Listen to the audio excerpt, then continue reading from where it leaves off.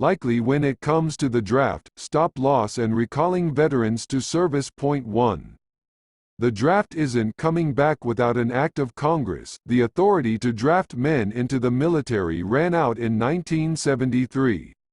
Now, Congress would have to pass a measure to bring it back and the president would need to sign it into law, said Deborah Wada, a former Army manpower leader serving as vice chair of the National Commission on Military, National and Public Service. Congress tasked the commission with looking at a host of issues concerning the selective service, including whether it's needed anymore and if women should be required to register. The House and Senate would both have to pass a piece of legislation and, as we've seen in the last couple of years, I'll let people make their own personal determination of whether that is likely to happen, she said. Point 2. Registration doesn't mean you're headed to war. Men between the ages of 18 and 25 are required by law to register for the selective service.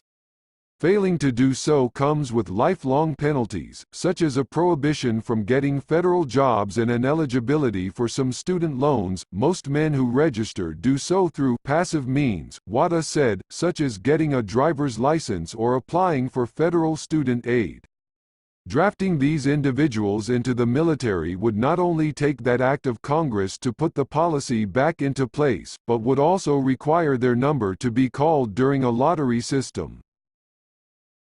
Wada added that her commission found evidence of a lot of confusion and misinformation about the draft. Having the Selective Services website crash as misinformation spread online indicates that more clarity is needed on the registration process, she added.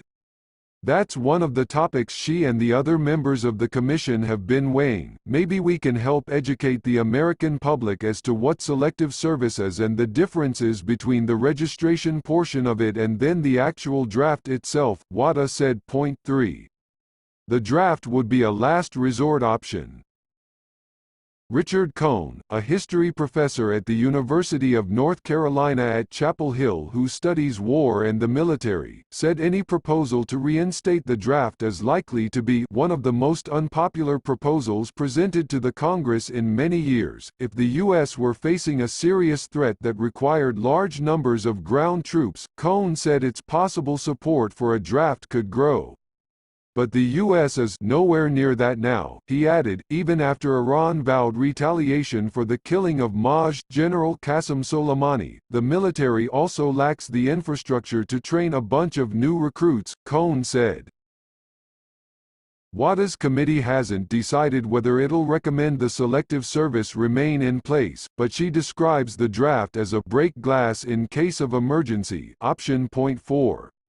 Stop-loss orders are possible, but likely not for everyone. In times of conflict, the military has been able to hold onto some troops past their contractually agreed to separation dates. The measure is called a stop-loss order, which leaders have used after 9/11, during the Gulf War and in other recent times of conflict. Wada, who served as the Army's Assistant Secretary for Manpower and Reserve Affairs from 2014 to 2017, said the orders remain a tool in the toolbox.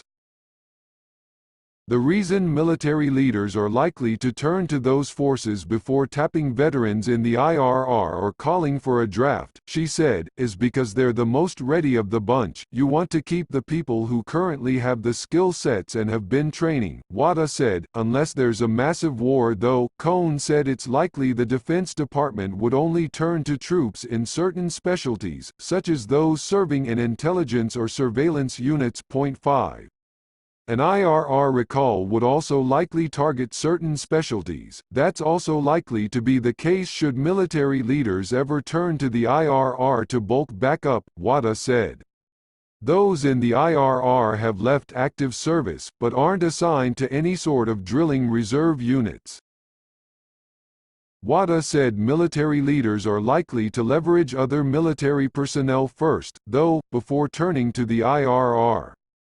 And it would likely only be to fill shortages in certain communities. They might need cyber warriors, for example, she said, to combat the types of threats coming from a country such as Iran, but they would call up the reserves and the National Guard before they call up the people in IRR, she added.